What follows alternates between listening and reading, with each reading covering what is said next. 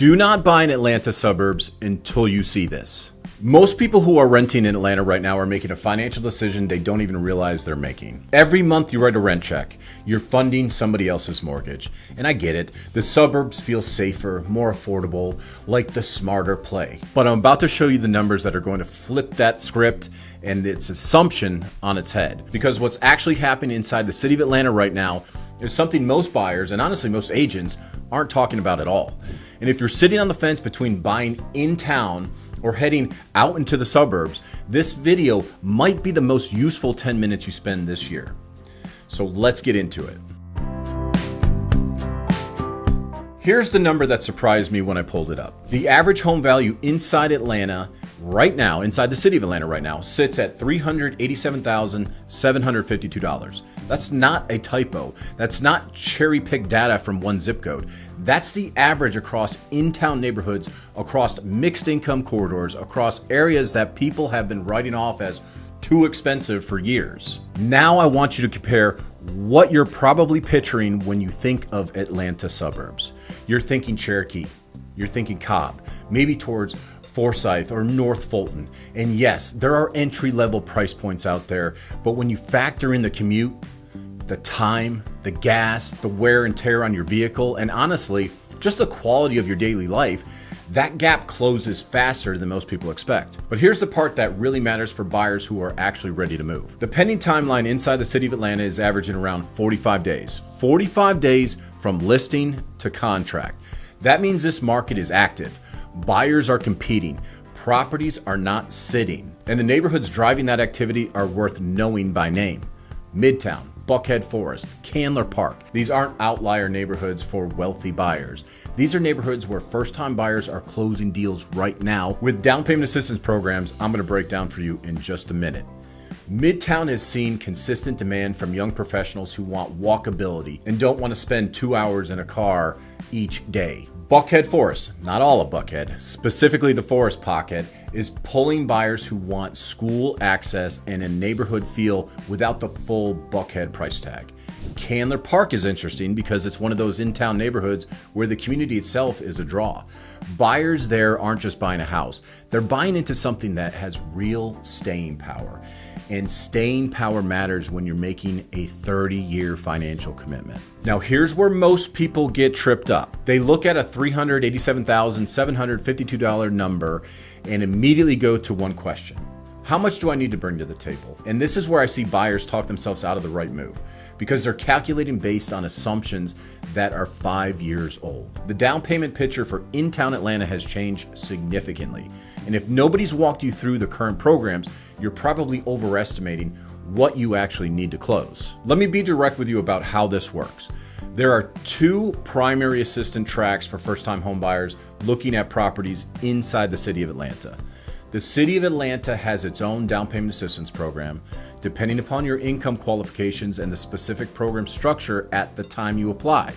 Buyers have accessed up to $10,000 in assistance through city level programs. Then you have the Georgia Dream at the state level, and that program can get you up to $12,500 depending upon which tier you qualify for. Now here's what most people don't understand about these programs. They're not mutually exclusive in every scenario. Depending upon how your loan is structured and which programs you qualify for, there are situations where buyers are stacking assistance, combining the city and state options to cover a significant portion of their upfront cash requirements. On a property priced under $550,000, which covers a real portion of the active in-town inventory, a buyer who qualifies for assistance and is working with a lender who actually knows how to structure these deals can get to the closing table with a far less out-of-pocket than they assumed. I'm talking about buyers who came in expecting to need $30,000 in cash and closed with a fraction of that. That's not a sales pitch. That's what happens when someone actually runs the numbers instead of just guessing. There are income limits on these programs. There are purchase price caps. There are first-time buyer definitions that matter. And a first-time buyer in the mortgage world doesn't mean what people think. If you haven't owned a primary residence in the last 3 years, you may qualify even if you've owned a home before.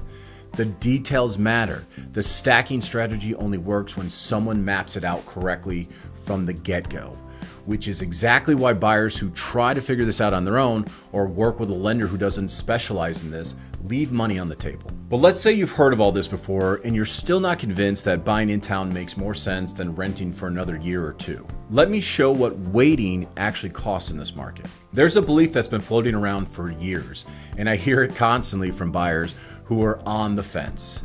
The belief is that the urban living is inherently less stable, more expensive, less predictable for middle income earners. I want to challenge that directly because the data from the Atlanta rental market is telling me a very different story. In-town Atlanta rents have been moving up, not slightly, meaningfully. And what's happened as a result is something I've been watching in real time with the buyers I work with. People who have been renting in Midtown, in Old Fourth Ward, in Inman Park, they're not leaving because they want to. They're leaving because the rent increases are making the math impossible to ignore.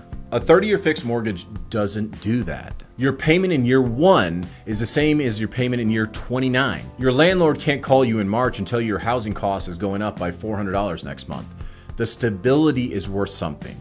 And for middle income earners who are trying to build actual wealth, not just keep up with expenses, that fixed payment is one of the most powerful financial tools available. Here's what I find interesting about this moment in the Atlanta market specifically. The buyers coming back to in-town neighborhoods aren't all high-income professionals chasing luxury condos. A real portion of the first-time homebuyer activity I'm seeing is people who have been renting in town, who love where they live, who have watched their rent climb for 2-3 consecutive years, and who finally ran the numbers and realized the mortgage payment on a comparable property is either close to or less than what they've been paying in rent. And once you realize that, renting stops feeling like the safe choice. There's also an equity argument that doesn't get made clearly enough. Every mortgage payment you make builds equity. Every rent payment you make builds equity for somebody else. Over a 10-year period in a neighborhood like Candler Park or Buckhead Forest, the difference in net worth between a buyer and a renter in the same income bracket can be substantial. That's not hypothetical.